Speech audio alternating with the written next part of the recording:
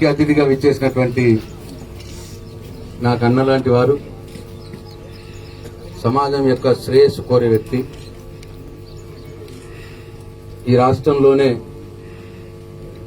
తెలంగాణ రాష్ట్రంలోనే అత్యంత సీనియర్ శాసన మండలి సభ్యులు గౌరవనీయులు పెద్దలు రాజేశ్వరరావు గారికి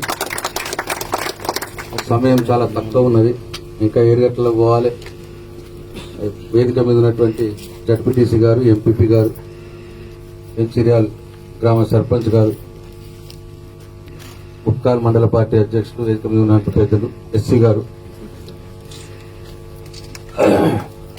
ఇతర అధికారులు, మంచిర్యాల గ్రామం నుండి వచ్చిన నా అక్క చెల్లెళ్ళు, అన్న తమ్ముళ్ళు, రైతన్నలు, మీడియా మిత్రులందరూ కూడా పేరు పేరున నా నమస్కారాలు తెలియజేస్తా ఉన్నా. చాలా సంతోషంగా ఉన్నది.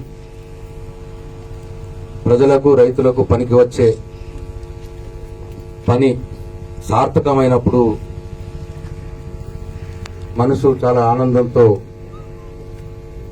ఉప్పొంగిపోతుంది. ఒక 4 రోజుల క్రితం మోటార్ మండలంలో దోన్పాల్ గ్రామంలో కూడా ఇట్లనే ఒక సబ్ స్టేషన్ ప్రారంభం చేసుకున్నాం. వాళ్ళ 4 రోజులు కాగానే వెంచిర్యాల గ్రామంలో మరి వాళ్ళ సబ్ స్టేషన్ ప్రారంభం చేసుకున్నందుకు మొట్టమొదటిగా వెంచిర్యాల గ్రామస్తులకు, రైతులకు అందరికి కూడా నా హృదయపూర్వక శుభాకాంక్షలు తెలియజేస్తా ఉన్నా. తెలంగాణ రాష్ట్రం వచ్చిన రోజు కేసీఆర్ ఈ రాష్ట్రానికి మీ అందరి ఆశీర్వాదం వల్ల, మీ దయ వల్ల, మీరు ఓట్లేసి గెలిపిస్తే తెలంగాణ కోసం కొట్లాడిన వ్యక్తే కేసీఆర్ తెలంగాణ ముఖ్యమంత్రిగా అయింది. ఆయన ముఖ్యమంత్రి అయిన రోజు ఒక్కసారి వెనుకకు తిరిగి చూసుకుంటే చాలా సమస్యలుండే. ఒకసారి మనం అన్ని గుర్తు చేసుకోవాల్సిన అవసరం కూడా ఉన్నది. 7 సంవత్సరాల క్రితం ఇదే వెంచిర్యాల గ్రామంలో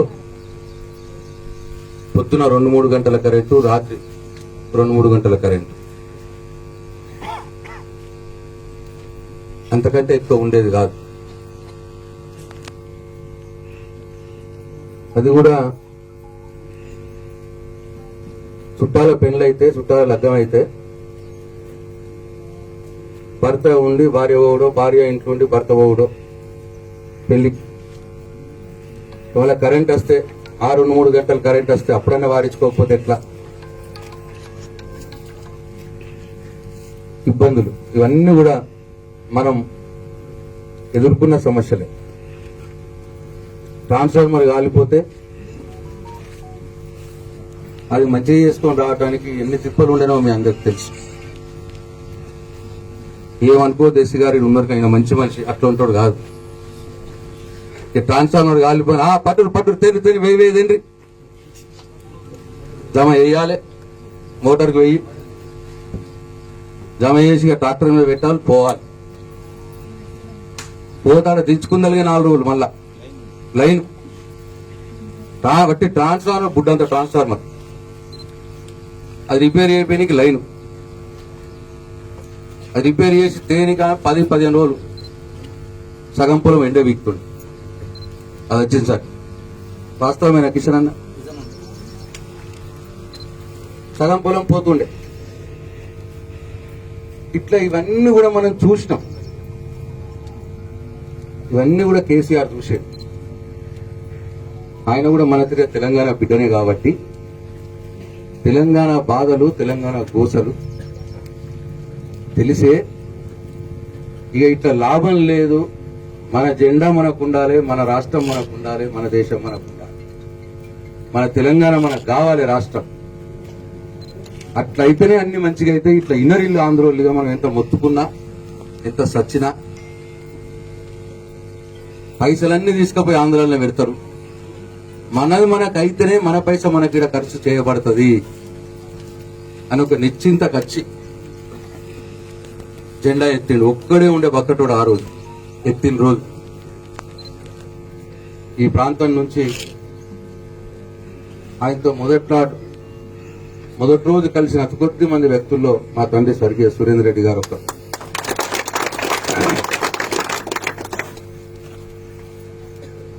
అటువంటి తండ్రికి పుట్టిన బిడ్డని నేను కూడా ఊర్లో పెరిగిన ఉన్న వేల్పూర్ అన్ని బాధలు నేను కూడా చూసినోని వ్యవసాయం చేపించిన వాళ్ళమే మేము కూడా. అందుకే తెలంగాణ తెచ్చుకున్నాక మొట్టమొదటి ఆలోచన జరిగింది కేసీఆర్ దగ్గర మేమందరం ఉన్నప్పుడు. ఆ భగవంతుడి దయతోటి మన ప్రజల పోరాటంతో మన తెలంగాణ మనకు తెచ్చుకున్నాం. ఫస్ట్ మనం చేయాల్సింది ఏంటి? తెలంగాణ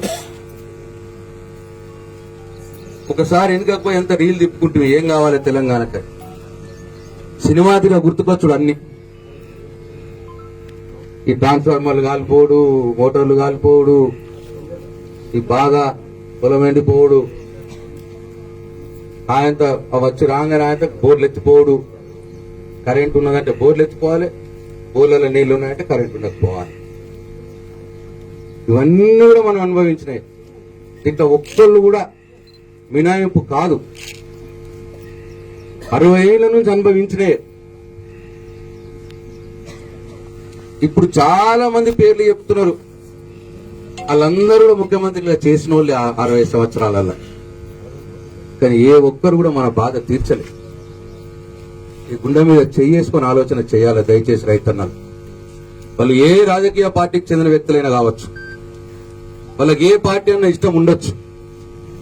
కానీ ఇప్పుడు నేను చెప్పిన మాట వాస్తవమా కాదా? మా రైతవ్వలు కూడా ఆలోచించాలి. తెలంగాణ మొగోడిని ఎట్లా పంపిద్దరు అప్పుడు పొలాలకు ఒక్కసారి గుర్తు చేసుకోవాలి. ఫస్ట్ ముఖ్యమంత్రి కేసీఆర్ గానే ఆలోచన చేసింది, మనం తెలంగాణ ఎత్తు మీద ఉన్నాం,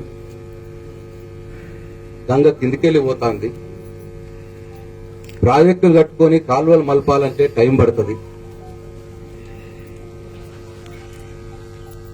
శేఖర్ నమ్మని తీసుకుంటారు ఇంకో చేరే టైం పడుతుంది. అంత లోపల మనం ఏం చేయాలి? చాలా జాగ్రత్త అయినాలి. ఒకటే పాయింట్ చెప్పి నేను ముగిస్తే వేరే మాట్లాడియాలి. అంత లోపల మనం ఏం చేయాలి అని ఆలోచన చేసి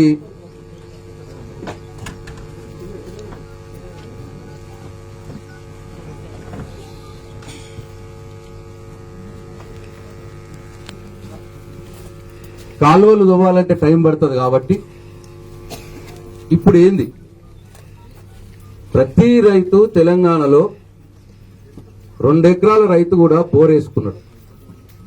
బోరు సక్సెస్ అయిన దానికి వేసిండు పాపం. బోర్ నీళ్లు పడకపోతే భార్య పుస్తలు తీసైనా సరే, ఇంట్లో నగలు గొలుసు తీసైనా సరే, అమ్మైనా సరే నీళ్ల కోసం ఇబ్బందులు పడి బోర్ వేసుకున్నాడు. అట్లా కొట్టంగా బతికిన బోర్లు, నీళ్ళు వచ్చిన బోర్లలో మోటార్ పెట్టి ఉన్నాడు. అంటే ప్రతి 2 ఎకరాలకు ఒక బోర్ ఉన్నది సుమారుగా. అంటే ఎంత లెక్కలేసినాం మేము, ఎన్ని బోర్లు ఉన్నాయి. తెలంగాణ రాష్ట్రంలో 24 లక్షల బోర్లు తెలంగాణ రైతు తన సొంత డబ్బులతోటి వేసుకొని ఉన్నాడు. అంతకుముందు ఒక 50 లక్షల బోర్లు వేసి పోయినాయి, దుమ్ము కొట్టినాయి. సక్సెస్ అయినాయి 24 లక్షలు. దానికి మోటార్ పెట్టున్నాడు. అంటే ఒక్కొక్క బోరుకు ₹1,00,000 ఖర్చు, ఎంత మినిమం అయినా. అంటే 24 లక్షల బోర్లకు ₹1,00,000 ఖర్చు లెక్కేస్తే తెలంగాణ రైతు తన సొంతంగా 25,000 కోట్ల రూపాయలు ఖర్చు చేసి బోర్లను వేసుకొని ఉన్నాడు. ఇవాళ పరిస్థితి రైట్. మరి బోర్లు ఉన్నాయి కాబట్టి ఏం కావాలి ఆయనకు? బోర్లలో నీళ్లు రావాలి. కాలువలు ప్రాజెక్టులు కట్టాలంటే టైం పడుతుంది. కానీ ఫస్ట్ ఉన్న బోర్లలో నీళ్లు తెచ్చే ఉపాయం చేయాలి. అది ఆలోచన చేసి బోర్లలో నీళ్లు ఎప్పుడు వస్తాయి? మనకు చెరువులు ఉన్నాయి, అదృష్టవశాత్తు ప్రతి ఊర్లో 3-4 చెరువులు ఉంటాయి. ఆ చెరువులలో నీళ్ళు వచ్చే ఉపాయం చేయాలి. చెరువులలో నీళ్ళు వస్తే బోర్లలో నీళ్లు ఊరుతాయి. చెరువులలో నీళ్లు రావాలంటే ఏం చేయాలి? వర్షాలు పడుతున్నాయి మనకు, నీళ్ళు ఆపుకునే పద్ధతి లేదు. చెరువులు మంచిగానే ఉండే, ఖరాబ్ అయినాయి.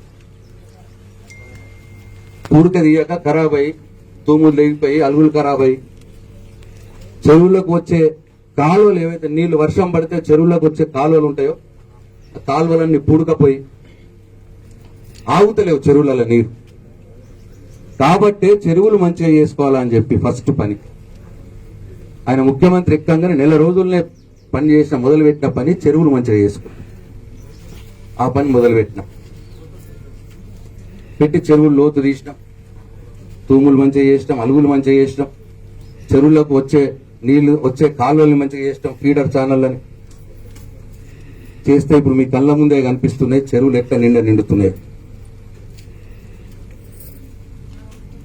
అట్లనే మనం ఊరు కానుకొని ఒర్రెలు వాగులు ఉంటాయి, ఆ వాగులలో కూడా నీళ్లు ఆపుకోవాలి. నీళ్లు ఆపుకుంటే దాంతో కూడా ఆ వాగొడ్డు మీద ఉన్న ఊర్లో బోర్లలో నీళ్లు వస్తాయి.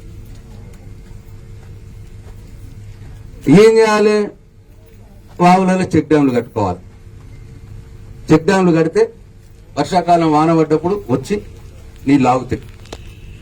చెక్ డ్యాంలు కట్టే పని చేసినాం.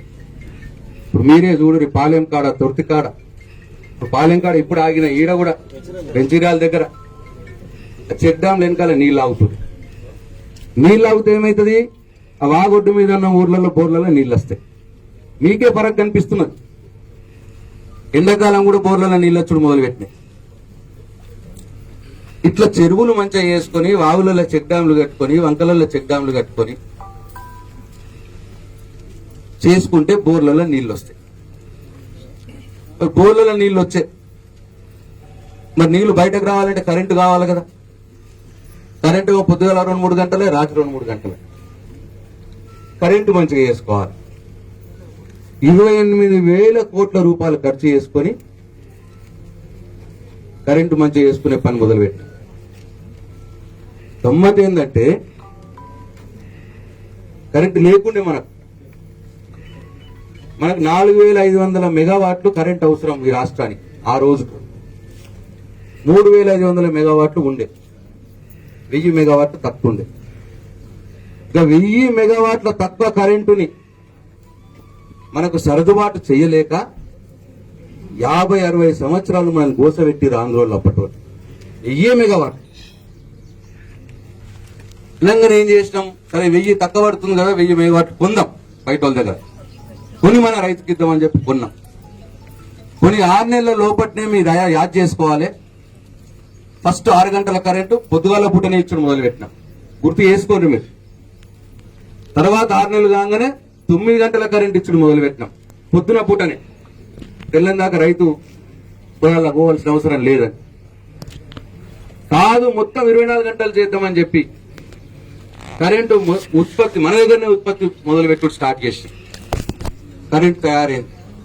బయటకెళ్ళి కొంటున్నాం. కరెంటుకు సరఫరా చేద్దాము అని అంటే లైన్లు లేవు. ఇంత ఘోరం ఏంటంటే కరెంటును సరఫరా చేద్దామంటే కూడా లైన్లు లేవు. ఛత్తీస్గఢ్కి వెళ్ళి కరెంటు కొనుక్కుంటే ఆ నుంచి తెచ్చుకుందామంటే లైన్లు లేవు. మళ్ళా ఉటావుటిన 9 నెలల్లో మీరు పెద్ద పెద్ద టవర్ లైన్లు వేసినాం, మీకు గుర్తుండాలి. కొన్ని ఊర్లకి వెళ్ళి పోతున్నాయి. ఇట్లా పోయిందా? ఆ కొత్తపల్లి మీకు 9 నెలల్లో కంప్లీట్ చేయించండి ముఖ్యమంత్రి కేసీఆర్. పెద్ద టవర్ లైన్ కరెంటు తెచ్చుకున్నాం. ఆడికెళ్ళి తెచ్చుకొని ఇప్పుడు ఈ ఊరు ఉన్నదనుకో, ఈ మెయిన్ స్టేషన్ సబ్ స్టేషన్ ఈ ఏరియాకు బాల్కొండ డిస్ట్రిబ్యూషన్ పోచంపాడు తెస్తాం కరెంట్. పోచంపాడు కరెంటు తెచ్చినాక వెంచిరాలకు పంపిద్దాము, ఈడ లోడ్ కరెక్ట్ డిస్ట్రిబ్యూట్ చేద్దామంటే ఈడ ట్రాన్స్ఫార్మర్ సక్కలు, సబ్ స్టేషన్ సక్కలు. కరెంటు కొంటివి, లైన్లు వేస్తే ఈడ సరఫరా చేద్దామంటే ఈడ డిస్ట్రిబ్యూషన్ సిస్టమ్ లేదు. మళ్ళా డిస్ట్రిబ్యూషన్ సిస్టమ్ కోసం ఎక్కడెక్కడ ట్రాన్స్ఫార్మర్లు, ఎక్కడెక్కడ సబ్ స్టేషన్ అవసరం ఉన్నది ఎత్తుక్కొని అట్లా మళ్ళా అవి మంచిగా చేసుకునే పని చేసినాం. చేసి ఇవాళ చివరికి జరిగింది ఏంది? మనకు ఫలితం ఇవాళ తెలంగాణలో 24 గంటల కరెంటు తోటి, నాణ్యమైన కరెంటు తోటి ఇవాళ వ్యవసాయాన్ని మనకు వస్తున్నారు. అంటే బోర్లలో వచ్చిన నీళ్లను బయటకు తీయగలిగి ఇవాళ కరెంటు కూడా రెడీ అయిపోయింది. అంటే రైతు ఏదైతే 25,000 కోట్ల రూపాయలు ఖర్చు చేసుకొని పెట్టుకున్నాడో దాన్ని పనిచేసేటట్టు చేసింది కేసీఆర్. ఒక ప్రాజెక్ట్ చేసినట్టు. ఇది ఇంత కష్టపడితే మీకు ఇంకొక విషయం తెలవాలి. నేను కేసీఆర్ అతి దగ్గరగా ఉండే అదృష్టం నాకు భగవంతుడు నాకు ఇచ్చే. కరెంటు పనిని చక్కగా చేసే క్రమంలో ఆ సంవత్సరంన్నర కాలం ఆయన ఒక నియమం పెట్టుకున్నాడు. ఆయనే పొద్దున టిఫిన్ చేయకంటే మొదలు ఆ కరెంటు తయారు చేయించటైనా, కరెంటును సరఫరా చేయించటైనా ఆఫీసర్లు ఉంటారు. ప్రభాకర్ రావు అని పెద్ద ఆఫీసర్. ఆయన ఫోన్ చేసి అడగాలి, ఇవాళ ఎంత కరెంట్ ఉన్నది మనకు తెలంగాణలో, ఎంత అవసరం ఉన్నది, ఎంత తక్కువ పడుతున్నది, ఆ తక్కువ పడితే ఎక్కడి నుంచి మనం తీసుకురావాలి, దాన్ని ఎట్లా డిస్ట్రిబ్యూట్ చేయాలి అన్న విషయాలన్నీ, ఎంత కొనాలి, ఇవన్నీ విషయాలు ఆయనతో మాట్లాడినాకనే టిఫిన్ ముట్టాలి. అప్పటిదాకా టిఫిన్ ముట్టొద్దు అని ఏమేమి పెట్టుకున్నాను, అన్నం తినొద్దు అని. ఆయనతో పొద్దున మాట్లాడినాకనే టిఫిన్ ముడుతుండే. మళ్ళా రాత్రి ఇంటికి వచ్చినాక పొద్దున చెప్పినవన్నీ మరి నేను చెప్పినవన్నీ వేసిండ్రా, రేపటికంతా రెడీ ఉన్నదా అని మొత్తం వివరాలు అడిగి రాత్రి అన్నం ముడుతుండే. లేకపోతే బుక్క నోట్లో పెట్టుకోకు. అదొక నియమం లాగా పెట్టుకొని సంవత్సరన్నర కాలం అట్లా దీక్ష పట్టినట్టు పని పడితే ఇవాళ ఈ కరెంటు, ఈ సబ్ స్టేషన్లు, ఈ ట్రాన్స్ఫార్మర్లు, 24 గంటల కరెంటు, తెల్లందాకా పోయే బాధదప్పుడు, వెయ్యి జమ చేసే బాధదప్పుడు ఇవన్నీ జరిగినాయి. పుట్టిగా జరగలే. చాలా మంది చాలా విషయాలు ఇష్టం వచ్చినట్టు మాట్లాడుతున్నారు. బాధ అవుతుంది. ఈ మాట్లాడిన పార్టీలు, మాట్లాడిన నాయకులు అంతా ఏళ్ళనోళ్లే, 60-70 ఏళ్ళు ఏళ్ళనోళ్లే వాళ్ళు కూడా. మరి మన బాధ తీర్చలే. హెచ్ఈఆర్ సబ్ స్టేషన్ రాలే. వచ్చింది కేసీఆర్ వచ్చినాకనే వచ్చింది వెంచీరాల సబ్ స్టేషన్. ఒక వెంచీఆర్ కాదు, పాల్గొండ నియోజకవర్గంలో 6 సంవత్సరాల కాలంలో 18 కొత్త సబ్ స్టేషన్లు ఇవాళ ఏర్పాటు చేసుకోవడం జరిగింది. 18, 68 5MY పవర్ ట్రాన్స్ఫార్మర్లు, 5MY పెద్ద పవర్ ట్రాన్స్ఫార్మర్లు 68 పెట్టుకున్నాం. చిన్న ట్రాన్స్ఫార్మర్ అయితే లెక్కనే లేదు. ఇంతకుముందు ఏం జరుగుతుండే? ఒక ట్రాన్స్ఫార్మర్ కావాలంటే ఏమైతుండే? ఒక్కసారి నా రైతన్నలు గుండె మీద చేసుకుని ఆలోచన చేయాలి. ఒకవేళ మొగోళ్ళు నువ్వు అంటే మా వెంకటరెడ్డి అంటే శేఖర్ రెడ్డి గొడది, శేఖర్ రెడ్డి అంటే వెంకటరెడ్డి గొడది. ఊర్లో ఒకటి ఇటు ఉంటే ఒకటి అటు. కానీ నేను నా రైతవ్వలకు మనం చేస్తా ఉన్నా, రైతవ్వ ఒక్కసారి ఆలోచన చెయ్యు. కేసీఆర్ కంటే మొదలు మన వ్యవసాయం ఎట్లా ఉండే, ఇలా కేసీఆర్ తర్వాత ఇలా మన వ్యవసాయం ఎట్లా అవుతున్నది. సంవత్సరానికి రైతు బంధు కింద ఎకరానికి 10,000 రూపాయలు వస్తున్నాయా లేవా నీ అకౌంట్లోకి రైతవ్వ? కరెంటు నిండుగా ఉన్నదా లేదా? ఇవాళ నీళ్ల బాధ లేకుండా లక్ష్మీ కెనాల్ని మొన్న 8 నెలలు నడిపించిన మాట వాస్తవం కాదా? ఇంతకుముందు ఎప్పుడైనా లక్ష్మీ కెనాల్ 8 నెలలు వారిందా మన పొలాల్లో? ఒక్కసారి నా రైతవ్వల ఆలోచన చేయాలి, నా అక్కలు చెల్లెల ఆలోచన చేయాలి. ఇష్టం వచ్చినట్టు మాట్లాడేటోళ్ళకి బుద్ధి పెట్టాలి. లేకపోతే మంచిది కాదు, అది సమాజానికి కూడా మంచిది కాదు. తడుపు కట్టుకొని ఎండనక వాననక తిరిగి పనిచేస్తున్న వాళ్ళని కడుపులో పెట్టుకొని కాపాడుకునే బాధ్యత నా అక్క చెల్లెలు. ఈ మొగోళ్ళం గిట్లనే, ఈడంటే ఆడవాడక, ఆడంటే ఈడవాడక, దానికో దీనికో అటు ఇటు పోతారు. కానీ ఆలోచన చేసే శక్తి మా అక్క చెల్లెళ్ళకు ఉంటుంది. ఇంటిని నడిపించేదే మా అక్క చెల్లె. అంతేందుకు ఇవాళ వ్యవసాయం నడుస్తున్నదంటేనే ఈ ఆర్మూరు ప్రాంతంలో నా రైతవలతో వ్యవసాయం నడుస్తా ఉన్నది. ఇవాళ నేను వేదిక మీద నుంచి బాల్కొండ నియోజకవర్గ రైతవలకు ప్రధానంగా చేతులెత్తి నమస్కారం చేసి నేను మనం చేస్తా ఉన్నా. అవ్వ ఆలోచన చేయండి. ముందు ఎట్లుండే ఇప్పుడు ఎట్లా ఉన్నది? ముందు ఇంటికి రైతు బంధు పైసలు వస్తుండేనా? బాయికాడ మన పొలాలు 24 గంటల కరెంట్ ఉంటుండేనా? లక్ష్మీ కెనాల్ 8 నెలలు నడిచి మన పొలాలకు బాధ లేకుండా నీళ్లు వచ్చినాయా?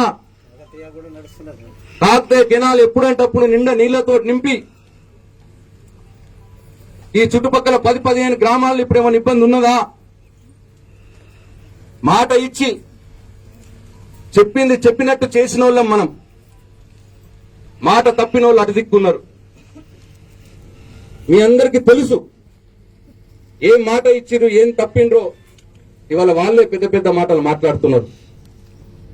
మాట ఇచ్చినాం కాకతీయ కెనాల నిండా నీళ్లు ఉంచుతామని, నీళ్లు ఉంచి చూపిస్తున్నాం. ఇవాళ ఎండాకాలం కూడా నీళ్లు ఇచ్చాం. మాట ఇచ్చినాం వరకాలం నిండా నీళ్లు ఉంచుతామని 300 కిలోమీటర్ల కింద ఉన్న కాళేశ్వరంకి వెళ్ళి పైకి తీసుకొచ్చి మరి వరదకాలంలో నీళ్లు ఉంచినాం. మాట ఇచ్చినాం కరెంటు పోకుండా చూసుకుంటామని. ఇవాళ 24 గంటల కరెంట్ ఇస్తున్నాం. అవసరం వస్తే సబ్ స్టేషన్లు కొత్తవి పెడుతున్నాం. రూపాయి లంచం లేదు. ఎవరి దగ్గరికి తిరగాల్సిన అవసరం లేదు. పనులు కట్టుకొని హైదరాబాద్ పోవాల్సిన అవసరం లేదు. మేమే మీ గ్రామాలకు వచ్చి సమస్యలు తెలుసుకొని పనిచేసి పెడుతున్నాం. దయచేసి ఆలోచన చేయాలన్న రైతవ్వలు అని చెప్పి నేను ఈ సందర్భంగా వారందరికీ వినమ్రంగా చేతులు నమస్కరించి చెప్తూ ఈ అవకాశం నాకు ఇచ్చిన వెంచిర్యాల గ్రామ ప్రజలకు అందరూ కూడా పేరు పేరు నా ఉదయపూర్వక కృతజ్ఞతలు తెలియజేస్తూ వెంచిర్యాల గ్రామ అభివృద్ధిలో తప్పకుండా నా సహకారం అన్ని విధాలుగా ఉంటుందని చెప్పి మరొకసారి మనవి చేసుకుంటూ సెలవు తీసుకుంటున్నా. జై తెలంగాణ, జై కేసీఆర్.